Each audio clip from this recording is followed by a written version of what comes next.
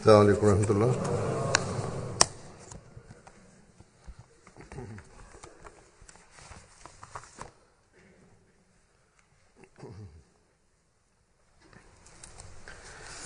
أشهد أن لا إله إلا الله وحده لا شريك له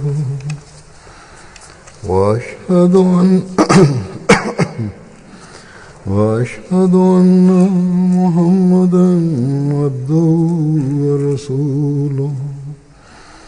أما بعد فأعوذ بالله من الشيطان الرجيم. بسم الله الرحمن الرحيم. الحمد لله رب العالمين الرحمن الرحيم مالك يوم الدين. إياك نعبد وإياك نستعين. اهدنا الصراط المستقيم صراط الذين أنعمت عليهم غير المغضوب عليهم ولا الضالين.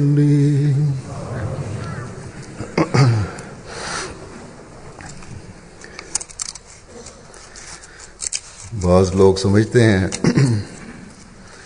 कि दीन और मज़हब उनकी आज़ादी को सल्ब करता है और उन पर पाबंदियां लगाता है, लेकिन अल्लाह ताला कुरान करीम में फरमाता है कि वमा जअला अलैकुम फिद्दीन मिन हरज।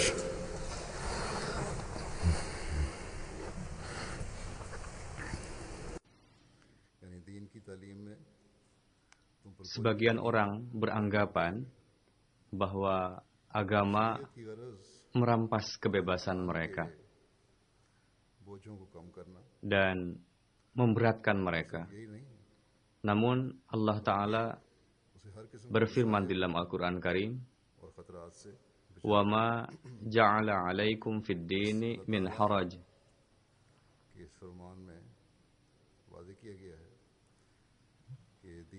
Yakni di dalam ajaran agama tidak dimasukkan sisi yang memberatkan kalian, melainkan tujuan dari syariat adalah untuk mengurangi beban manusia. Dan tidak hanya itu, bahkan berbagai musibah dan mara bahaya dihindarkan darinya. Jadi di dalam firman Allah Ta'ala ini telah dijelaskan bahwa agama, yakni agama Islam yang diturunkan bagi kalian, di dalamnya tidak ada satupun perintah yang memberatkan kalian, melainkan mulai dari perintah yang sekecil-kecilnya sampai yang seberat-beratnya.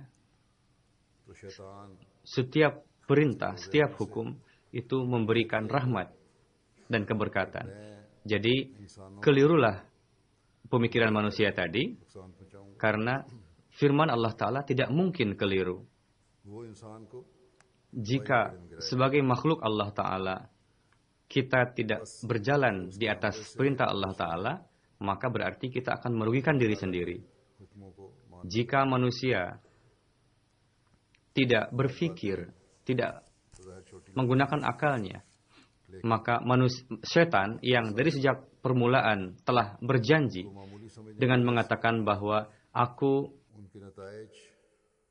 akan menyesatkan manusia dan merugikan mereka.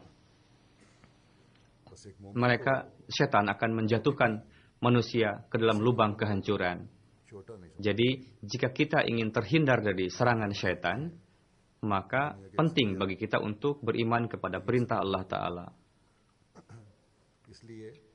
Beberapa hal nampaknya sepele, namun seiring dengan berjalannya waktu, disebabkan karena menganggap perintah tadi sepele, sehingga akibatnya इस ज़माने में हम देखते हैं menimbulkan kondisi yang sangat mengerikan justru. नाम पर Jadi, seorang mukmin jangan sampai menganggap perintah apapun dari Allah Ta'ala sebagai perintah yang sepele. Pada saat ini kita saksikan bahwa mayoritas di dunia ini telah terjauh dari agama. चीज़ नहीं रही। Untuk itu, keburukan mereka dan kebaikan mereka, हमारे बच्चों और बच्चियों पर भी standarnya telah berubah. जो यहाँ रहते हैं इनके साथ और कुछ हद तक Misalnya di zaman ini kita lihat bahwa atas nama kebebasan dan fashion, gaya hidup, di antara laki-laki dan perempuan ada ketelanjangan. Tanda dari पर्दा suatu negeri yang maju adalah melakukan perbuatan yang tidak punya malu di depan umum. Tidak tersisa lagi rasa malu di dalam diri mereka. के घर से Jelaslah court के bahwa itu berdampak kepada putra-putri kita क्यों हम yang tinggal di sini tentunya, bergaul dengan mereka, dan sampai batas tertentu telah terdampak. पहली बात तो हमें Beberapa anak-anak perempuan yang mulai beranjak dewasa, mereka menulis surat kepada saya bahwa di dalam Islam, तालीमात पर अमल kenapa pardah begitu dipentingkan? अगर हम Kenapa ये ऐलान kita tidak bisa memakai jeans yang ketat, tidak bisa memakai blouse, पाबंदी भी जरूरी है kita tidak boleh keluar rumah tanpa mengenakan burkah atau coat? और उसके रसूलों की उसके रसूल की सल्लल्लाहु अलैहि वसल्लम Kenapa kita tidak bisa memakai pakaian seperti halnya yang dipakai oleh para wanita barat, non-muslim di sini? Pertama-tama kita hendaknya ingat bahwa jika kita ingin teguh di dalam agama, ईमान का हिस्सा maka kita harus mengamalkan ajaran agama. दार लिबास Jika kita ingin mengklaim bahwa kita adalah muslim dan teguh di dalam agama, maka perlu kita untuk disiplin di dalamnya, mengamalkannya. आज़ादी और तरक्की के नाम पर Mengamalkan अपनी हयात segala perintah Allah Ta'ala dan Rasulnya, तो इसकी itu adalah penting. कि ये दीन से भी Hazrat Rasulullah SAW bersabda, rasa malu adalah sebagian dari iman. वाले इस्लाम को माना है Jadi, उसने ये हद किया है pakaian yang mencerminkan rasa malu dan pardah adalah penting untuk menyelamatkan keimanan kita. जिसने हज़रत मसीह अलैहि सलाम को माना है एक अहमदी शख्स ने Jika negara maju atas nama kebebasan, दीन mereka memusnahkan rasa malu mereka, penyebabnya adalah मुकदम रखना karena mereka telah terjauh dari agama. जब दीन की तालीम के मुताबिक अमल करेंगे Jadi seorang anak Ahmadi ये भी हमारी खुशकिस्मती है yang telah beriman kepada Hadrat Masih Maud alaihissalam, dia telah menyampaikan janji bahwa aku akan mendahulukan agama di atas dunia. चुनांचे Seorang बेपर्दगी anak Ahmadi yang telah beriman kepada Hadrat Masih Maud alaihissalam, baik itu laki-laki perempuan, का बयान करते हुए फरमाते हैं dia telah berjanji untuk mendahulukan agama di atas dunia. भी लोग जोर दे रहे हैं Dan लेकिन ये हर mendahulukan agama ini akan terpenuhi ketika kita mengamalkan sesuatu sesuai dengan ajaran agama. Ini pun merupakan keberuntungan kita रवा रखा है karena Hadrat Masih Maud alaihissalam telah menjelaskan kepada kita berbagai hal dengan sangat gamblang, sebagaimana berkenaan dengan ketidakada pardahan dan ketidakada rasa और पाक दाम malu. Beliau alaihissalam bersabda मान लेंगे bahwa कि हम गलती पर हैं seperti halnya लेकिन ये Eropa, बहुत ही साफ orang-orang menekankan untuk tidak berpardah. Ini sama sekali tidak sesuai. Kebebasan wanita seperti ini merupakan akar dari dosa-dosa. इस कदर खतर Di negeri-negeri yang mengizinkan ketidakpunyamaluan itu, coba perhatikan bagaimana akhlak mereka. अक्सर मगलूब हो जाना इंसान Jika kebebasan tadi dan ketidakpardahan tadi के पर्दे में बेतजा malah membuat kesucian mereka meningkat, maka kita terpaksa akan mengakui bahwa kita keliru. में क्या कुछ ना होगा Tapi jelaslah bahwa ketika laki-laki dan perempuan beranjak dewasa, हम घोड़े की तरह हो गए हैं lalu hidup tanpa ada pardah, bebas, bagaimana pergaulan mereka sedemikian rupa berbahaya, अपना मबूद बना रखा है memandang pandangan buruk, dan इस आजाद mengumbar hawa nafsu merupakan kekhasan dari anak manusia. Jadi अगर ये kondisi yang tidak ada keseimbangan di dalam itu, lalu terjerumus di dalam dosa-dosa, apa yang tidak dilakukan di dalam kebebasan tadi? Coba lihat kondisi kaum pria, bagaimana mereka tanpa ada legam, mereka bebas liar, dia tidak takut dengan Allah Ta'ala, tidak yakin dengan akhirat. Bagaimana mereka menjadikan kelezatan duniawi sebagai sembahan mereka. Jadi yang terpenting adalah sebelum kebebasan itu, perbaikilah akhlak para kaum pria. Jika itu sudah benar, sekurang-kurangnya dalam diri laki-laki itu ada potensi, ada kekuatan untuk tidak terjerumus dalam hawa nafsu birahi tadi. Silahkan bahas, silahkan dialogkan. Apakah penting pardah itu atau tidak? Jika tidak, dalam kondisi seperti ini, dengan hanya menekankan bahwa jangan ada pardah, bebaslah, seolah-olah seperti menyimpan kambing di depan singa. Apa yang telah terjadi kepada mereka? Apakah mereka tidak merenungkan? Sekurang-kurangnya mereka menggunakan akalnya.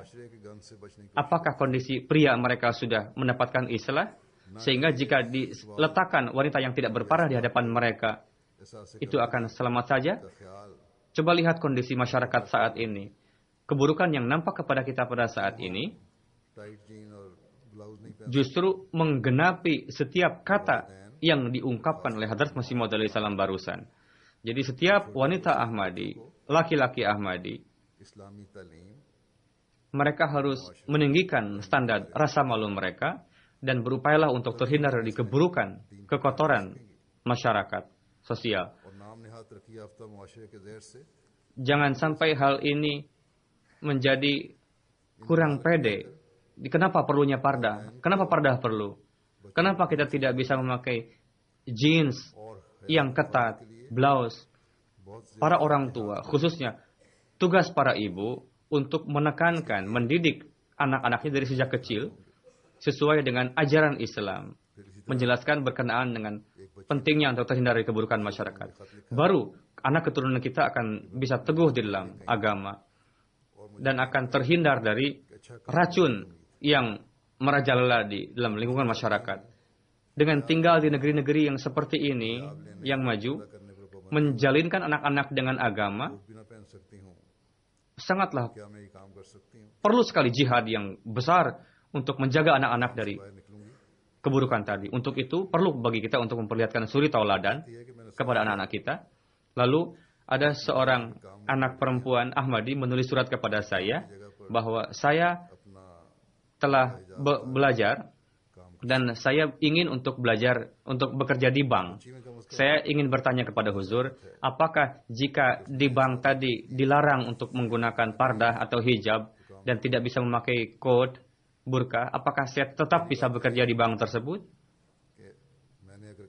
Setelah keluar dari kantor bank, baru saya akan memakai hijab. Dia mengatakan, saya mendengar bahwa Huzur pernah menyampaikan bahwa para perempuan yang bekerja di kantor-kantor, mereka bisa membuka hijab atau burkahnya di kantor sambil bekerja. Si perempuan ini, anak Ahmadi ini sekurang-kurangnya, dia mengatakan bahwa jika Huzur melarang, saya tidak akan melanjutkan pekerjaan untuk bekerja ini. Pertama-tama, jika memang saya pernah mengatakan seperti itu, ini tidak hanya satu pertanyaan laki perempuan saja, melainkan banyak perempuan yang bertanya kepada saya seperti ini. Para dokter dalam berbagai kondisi, mereka ada keterpaksaan.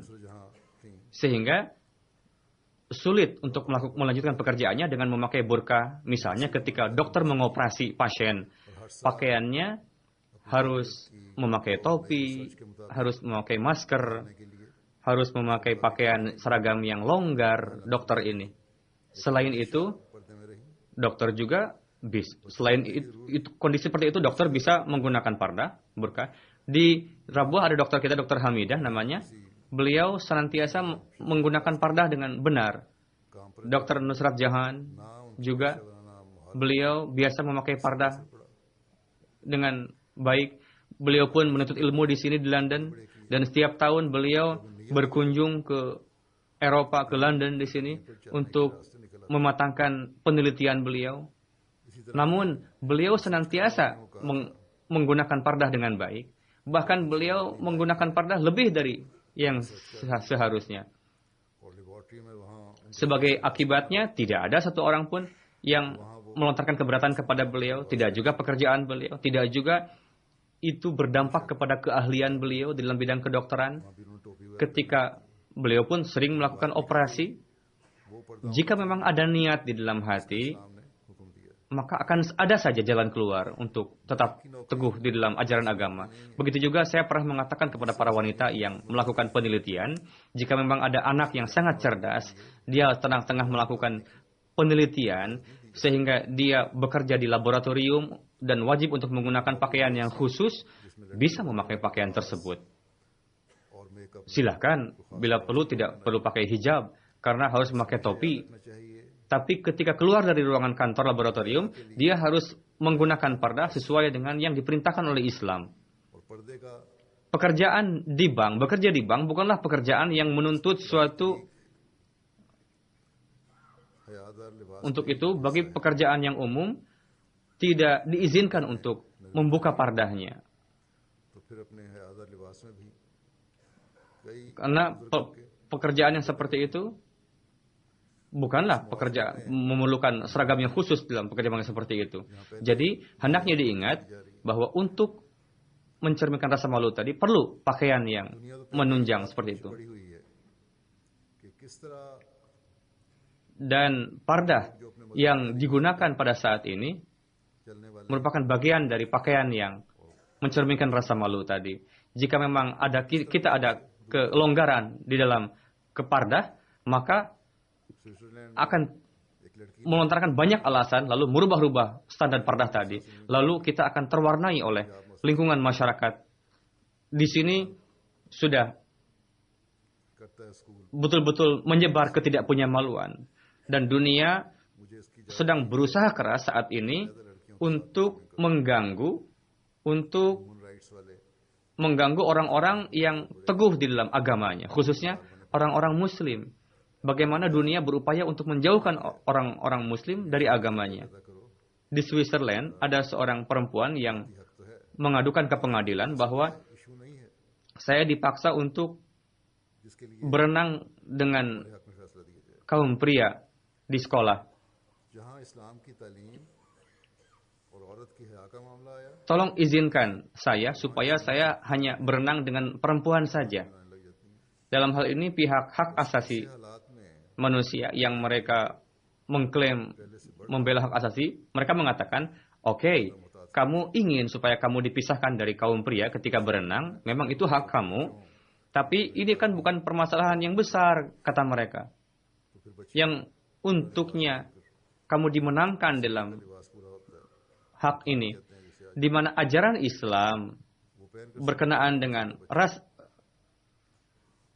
maka di sana pun mereka melontarkan alasan-alasan untuk membela hak asasi manusia berkenaan dengan hal tersebut. Jadi dalam kondisi seperti itu, setiap Ahmadi harus lebih dari sebelumnya, lebih berhati-hati lagi. और लड़कियों की Jika di sekolah-sekolah anak-anak kecil diwajibkan untuk berenang di beberapa negeri, कोशिश भी करनी maka anak-anak perempuan kecil-kecil Ahmadi mereka harus memakai pakaian yang tertutup, disebut burkini pada masa kini. मात और रवायात को Silakan berenang dengan memakai pakaian yang tertutup ये लोग supaya dia sadar bahwa kita ingin memakaikan kepada mereka pakaian yang mencerminkan rasa malu. के नाम Orang tua nasihati anak-anaknya कैसे खत्म किया जाए bahwa उन पर कोई इल्जाम ना आए harus देखो हम जबरदस्ती मजहब को खत्म कर रहे berenang terpisah antara laki-laki dan perempuan, हैं और ये dan untuk itu harus diupayakan juga bagaimana kekuatan para penentang Islam, mereka setelah berupaya keras तरह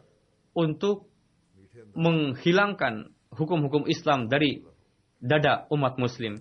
Mereka berupaya keras untuk कि इस जमाने में इस्लाम kebebasan berpendapat, kebebasan berpikir hendaknya diselusupkan ke dalam agama, sehingga untuk memusnahkan agama tadi seolah-olah mereka tidak terkesan memaksakan kehendak dan dianggap sebagai orang yang bersimpatik, katanya. इसके लिए हमें भरपूर कोशिश करनी पड़ेगी Seperti halnya setan, mereka berupaya dengan cara-cara yang lembut untuk menyerang agama. Tapi kita hendaknya ingat लड़ाई नहीं करनी लेकिन bahwa di zaman ini हिम्मत से इन लोगों से मामला भी करना है। kebangkitan Islam yang kedua kali, अगर हम इनकी एक बात आज माने tugas tersebut diserahkan kepada jemaat Hadrat Masih Maud alaihissalam.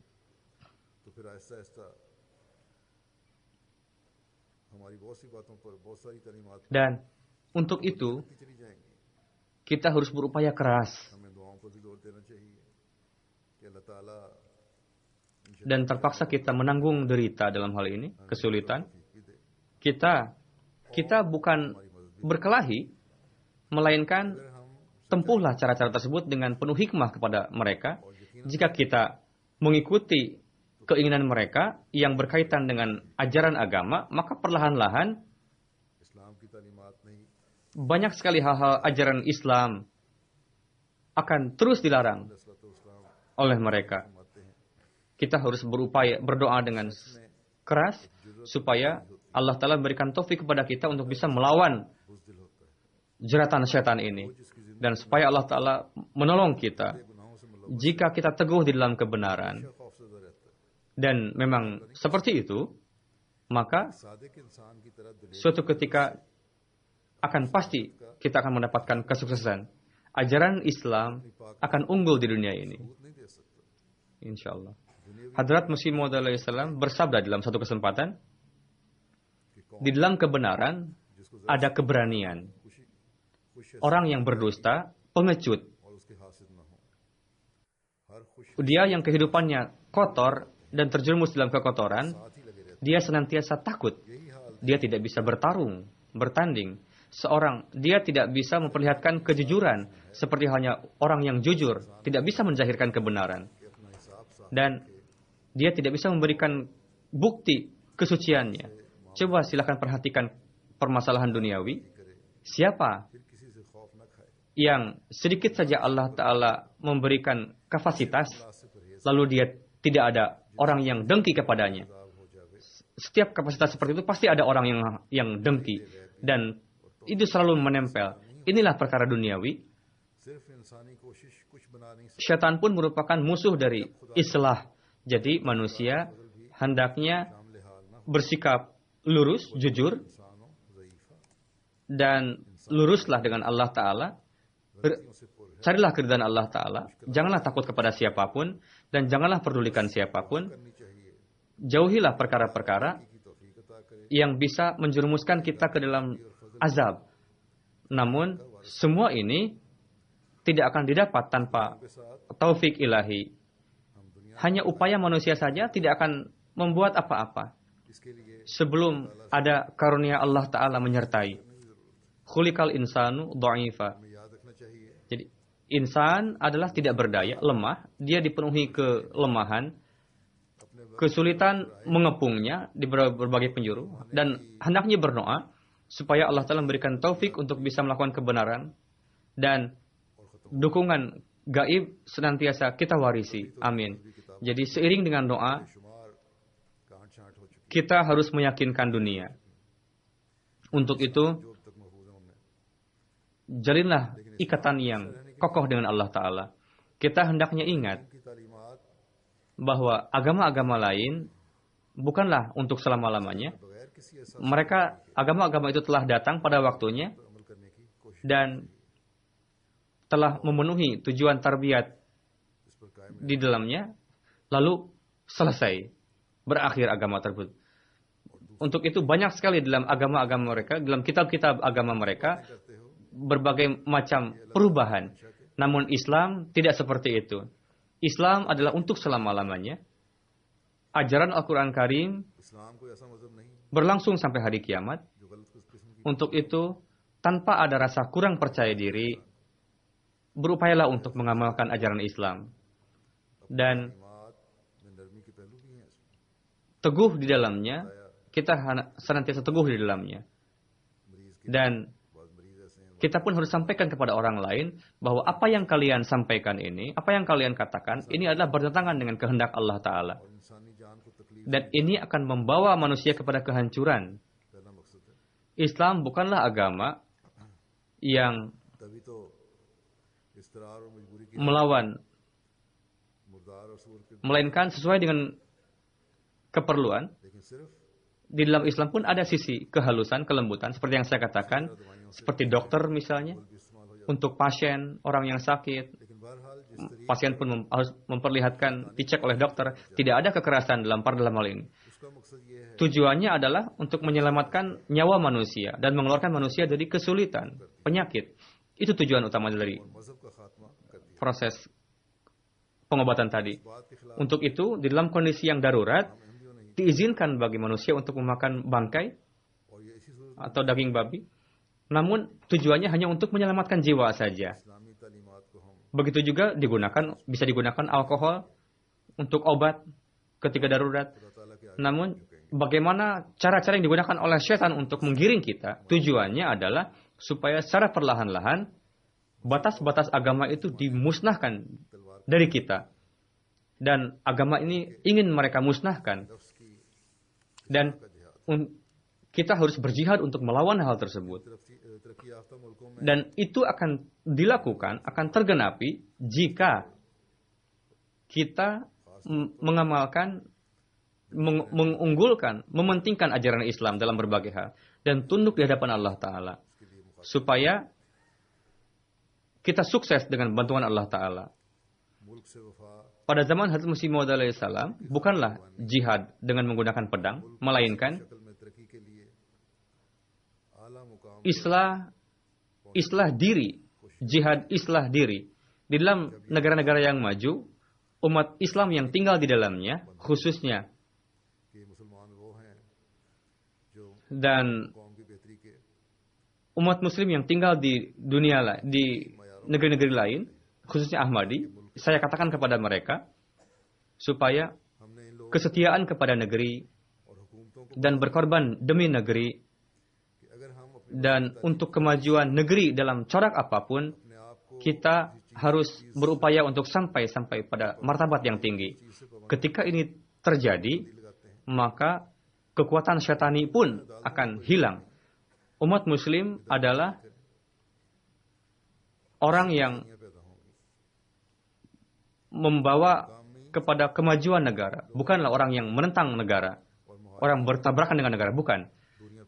Kita harus meyakinkan pemerintah negeri bahwa jika kita disebabkan karena ajaran agama kita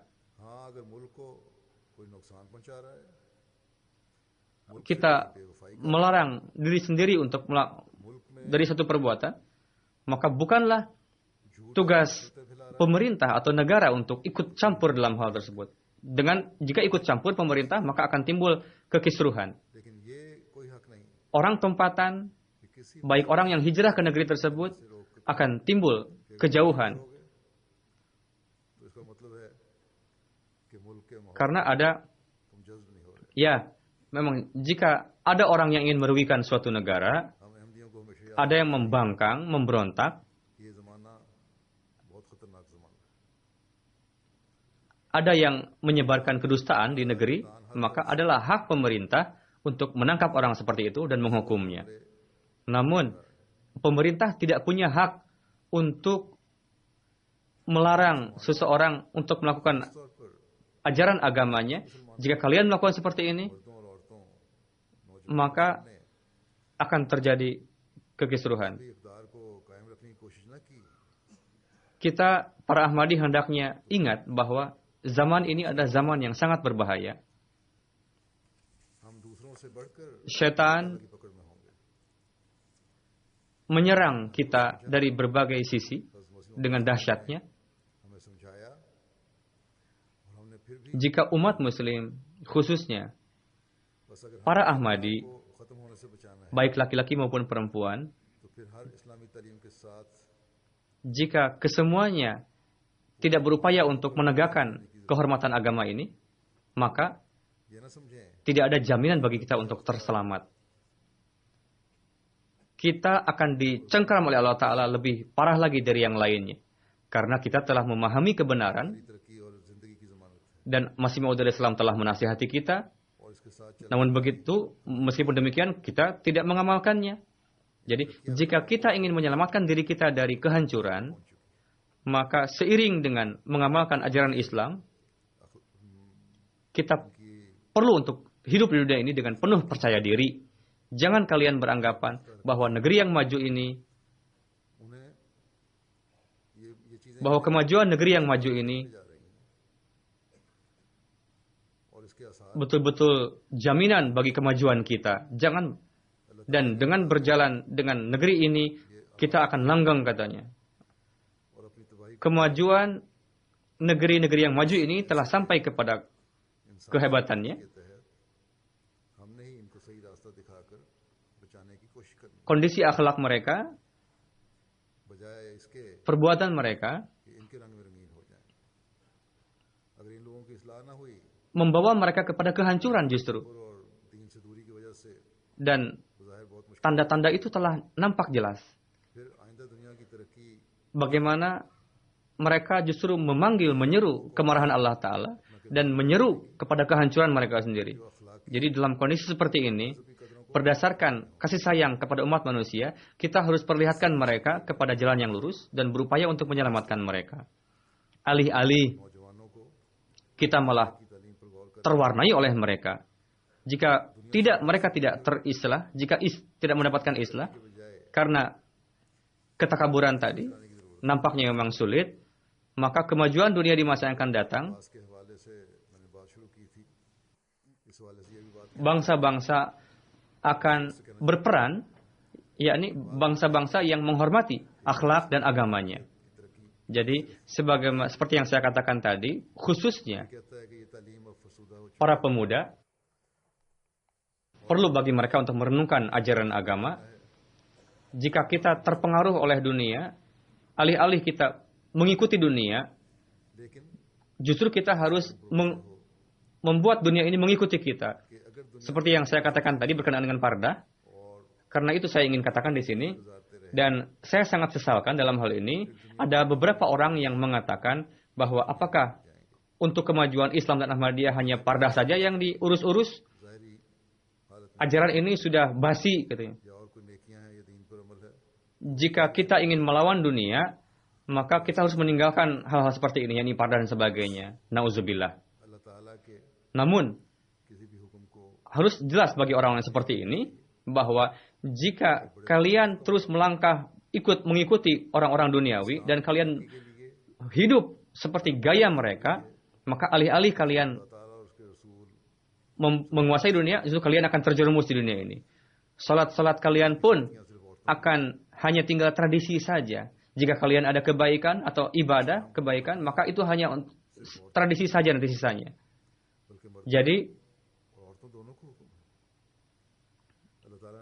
perintah Allah Ta'ala manapun, jangan dianggap sepele. Ini sangat mengerikan. Untuk kemajuan Islam, adalah penting segala sesuatu yang telah diperintahkan oleh Allah Ta'ala dan Rasul-Nya. Kekerasan dalam pardah ini bukan hanya untuk wanita saja. Larangan dalam Islam ini bukan hanya untuk wanita saja, melainkan untuk kaum pria pun dan kepada kaum wanita pun. Allah Ta'ala pertama-tama kepada kaum pria dulu menjelaskan berkenaan dengan sifat rasa malu ini. Allah Ta'ala berfirman, "Qul lil mu'minina yaghuddu min absarihim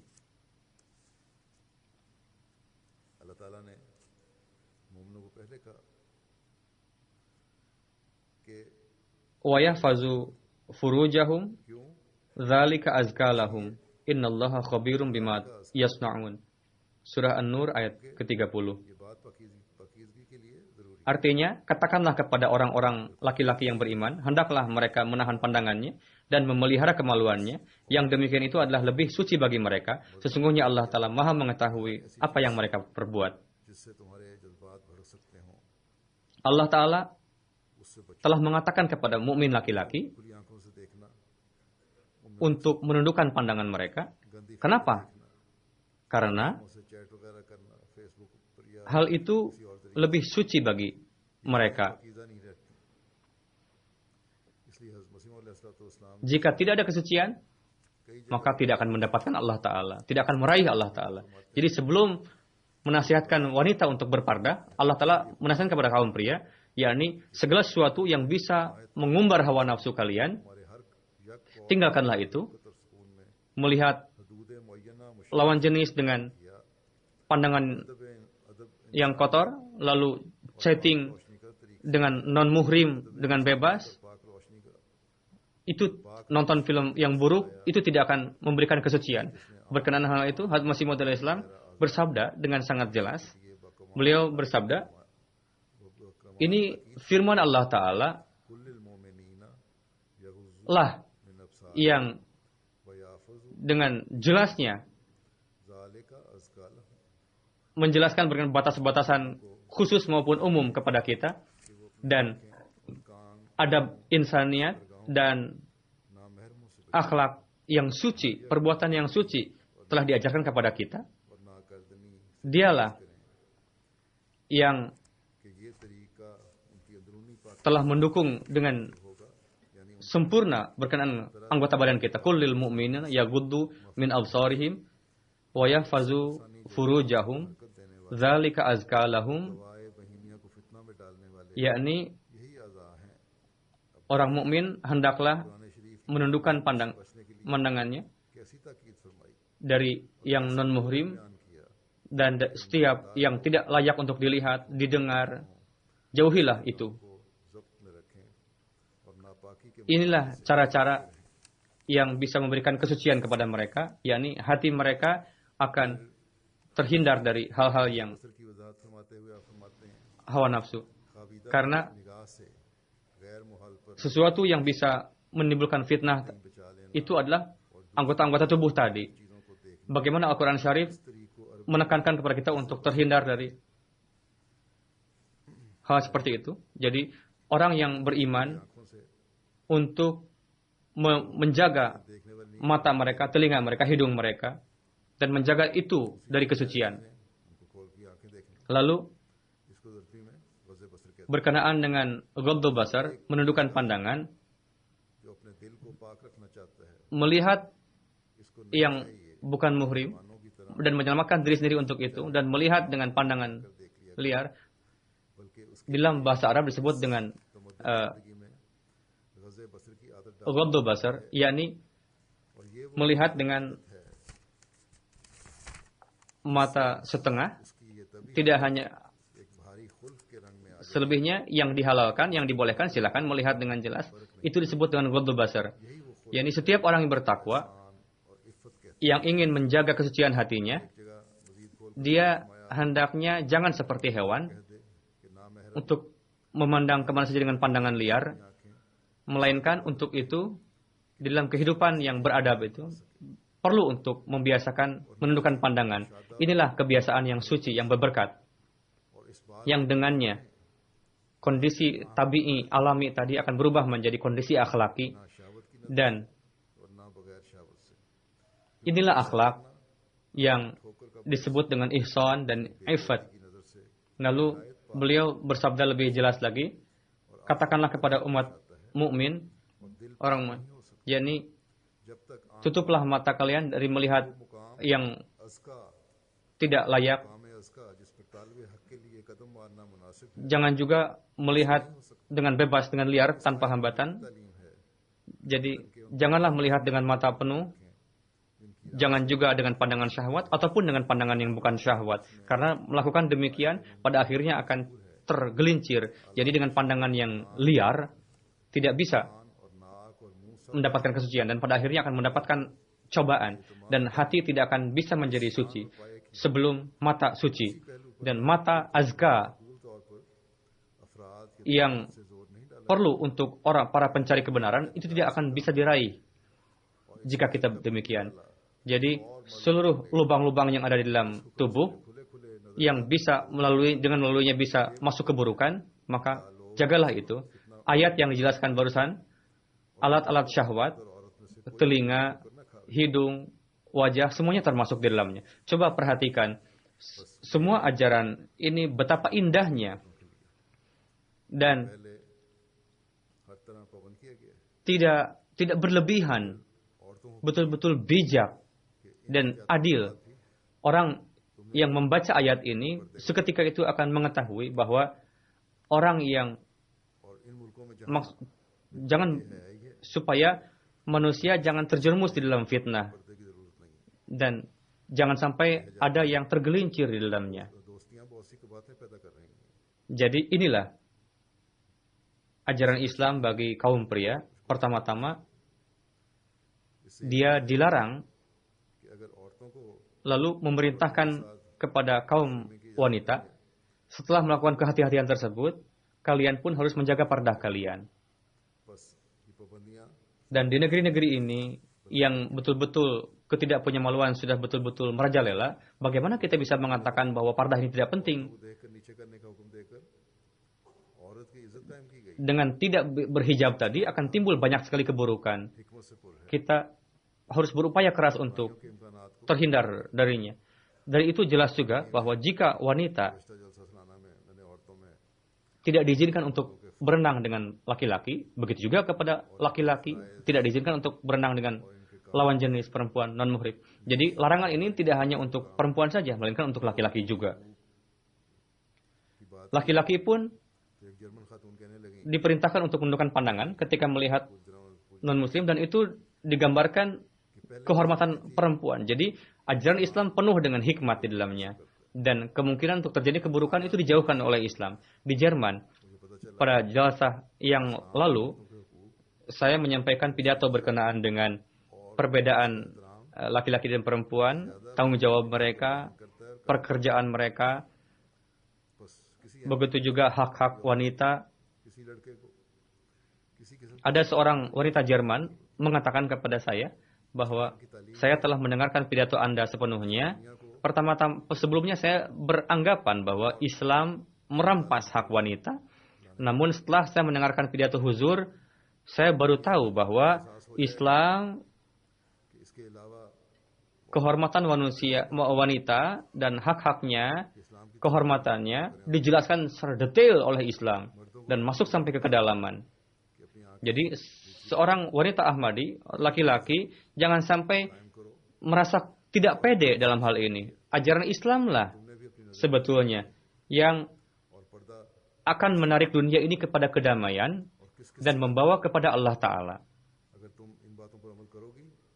Dunia akan tiba saatnya di mana ketika dunia akan menyadari bahwa tidak ada cara lain bagi dunia ini selain dari mengikuti ajaran Islam dan mengamalkannya. Setelah memerintahkan kepada laki-laki untuk menundukkan pandangannya, kehormatan perempuan, lalu Allah Ta'ala memerintahkan kepada kaum wanita, yakni untuk menundukkan pandangan mereka. Dan bagaimana caranya berpardah? Dan kepada siapa saja kita harus berpardah? Jika kalian mengamalkan hal ini, maka kalian akan sukses. Pada akhirnya Allah Ta'ala berfirman, bagaimana pardah dan rasa malu ini merupakan tanda dari kesuksesan. Akan bisa mensukseskan kalian di dunia dan akhirat. Allah Ta'ala berfirman, A'udzubillahi minasyaitonir rajim. Wa qul lil mu'minati yaghdudna min absarihinna wa yahfazna furujahunna wa la yubdina zinatahunna illa ma zahara minha wal yadribna bi khumurihinna ala juyubihinna wa la yubdina zinatahunna illa li bu'ulatihinna aw abaihinna aw abai bu'ulatihinna aw abnaihinna aw abnai bu'ulatihinna aw ikhwanihinna aw bani ikhwanihinna aw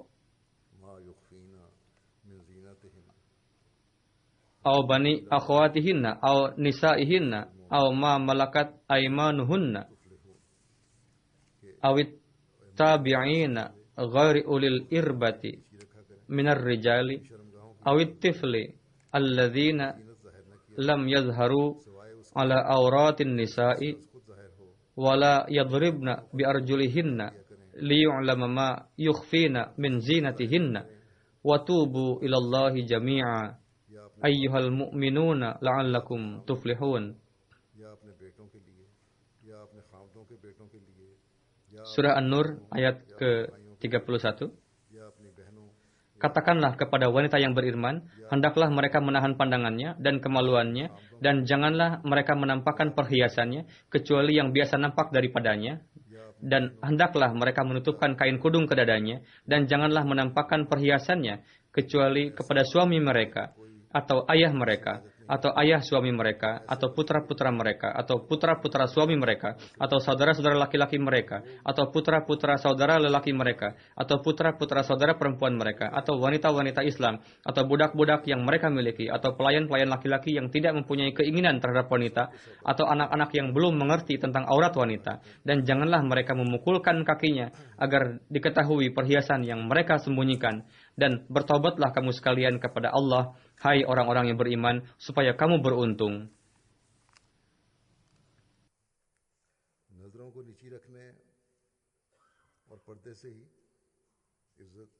Menundukkan pandangan dan dengan pardah lah kesucian wanita akan terjaga. Pandangan laki-laki maupun perempuan di negeri-negeri yang maju,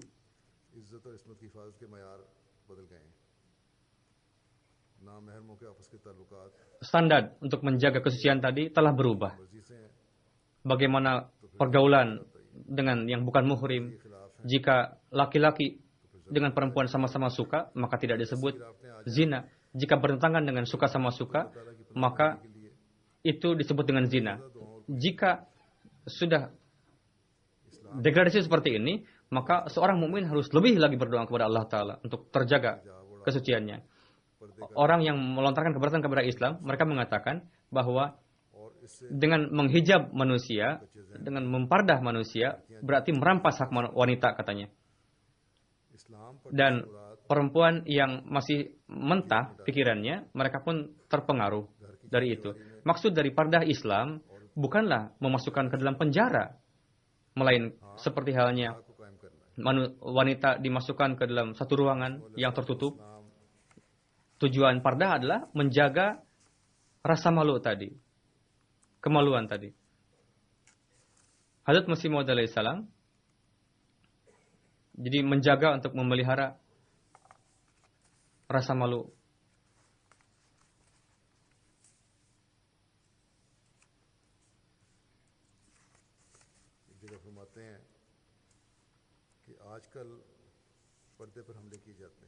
Hazrat Masih Maud alaihissalam bersabda bahwa pada masa ini pardah ini diserang, namun orang-orang tidak mengetahui bahwa maksud dari pardah Islam bukanlah penjara, bukanlah sel penjara, melainkan larangan supaya laki-laki dan perempuan yang bukan muhrim jangan melihat satu sama lain.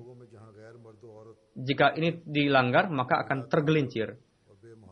Di mana wanita yang bukan muhrim, jika bergaul bersama-sama, lalu berjalan bersama-sama, bagaimana mungkin hawa nafsunya tidak akan terumbar? Dan bagaimana mungkin tidak akan tergelincir jika dilakukan seperti itu? Terkadang kita mendengar dan melihat bahwa bangsa-bangsa yang mengizinkan orang laki-laki dan perempuan tinggal di dalam satu ruangan dan pintu tertutup, dan itu tidak dianggap sebagai suatu aib. Untuk menghentikan hal seperti itu, Islam mengatakan seperti itu, yang bisa menggelincirkan manusia. Jika dikatakan seperti itu, di mana laki-laki perempuan yang bukan muhrim, jika berkumpul, maka yang ketiga adalah syaitan. Coba lihat dampak yang kotor, bagaimana Eropa yang terjerumus di dalam seperti itu. Di berbagai tempat mereka mengarungi kehidupan dengan tidak punya rasa malu. Ini merupakan dampak dari ajaran yang seperti itu. Jadi jika kalian ingin menyelamatkan sesuatu dari kekhianatan, maka jagalah itu. Jika tidak dijaga dan beranggap bahwa ini orang-orang baik, maka ingatlah bahwa pasti hal tersebut akan hancur. Bagaimana sucinya ajaran Islam yang mana memisahkan laki-laki dan perempuan dan menghindari dari ketergelinciran. Bagaimana Eropa mereka melihat peperangan dan bunuh diri, dan itu mengakibatkan kehancuran yang berakibat. Lalu cara-cara pardah, bagaimana caranya? Beliau alaihissalam menjelaskan, katakanlah kepada perempuan yang beriman untuk hindarilah untuk melihat yang bukan muhrim, dan begitu juga telinga mereka, janganlah mendengar suara-suara yang bukan muhrim. Lalu jagalah pardahnya. Lalu janganlah perlihatkan perhiasan kalian kepada, lalu kerudung penutup kalian tutuplah sampai ke dada, menutup telinga, kepala, semua tertutup oleh cadar. Lalu janganlah menghentak-hentakan kaki seperti seorang penari. Inilah upaya yang bisa menyelamatkan kita dari ketergelinciran.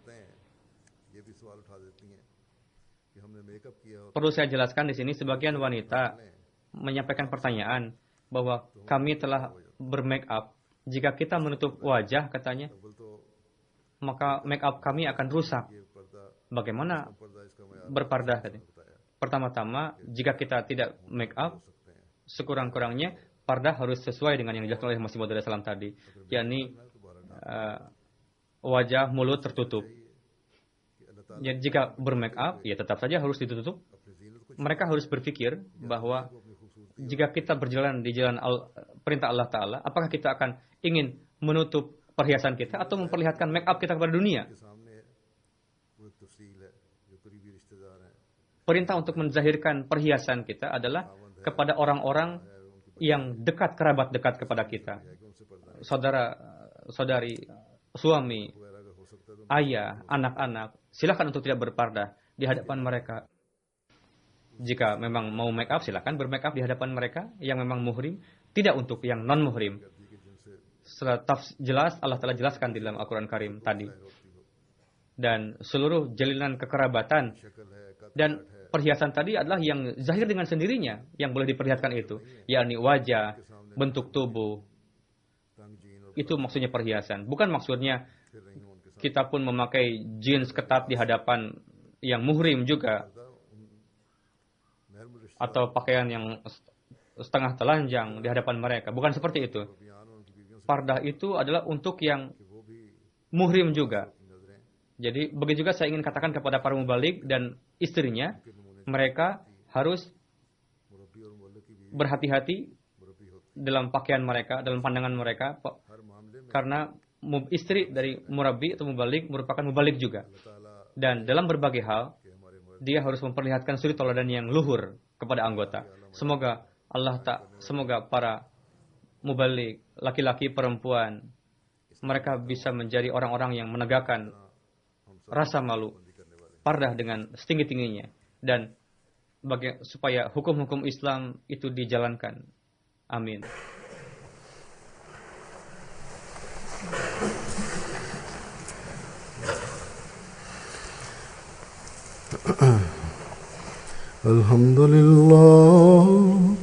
Alhamdulillah nahmaduhu wa nasta'inuhu wa nastaghfiruh wa nu'minu bihi wa natawakkalu alayhi wa na'udzu billahi min shururi anfusina wa min sayyiati a'malina.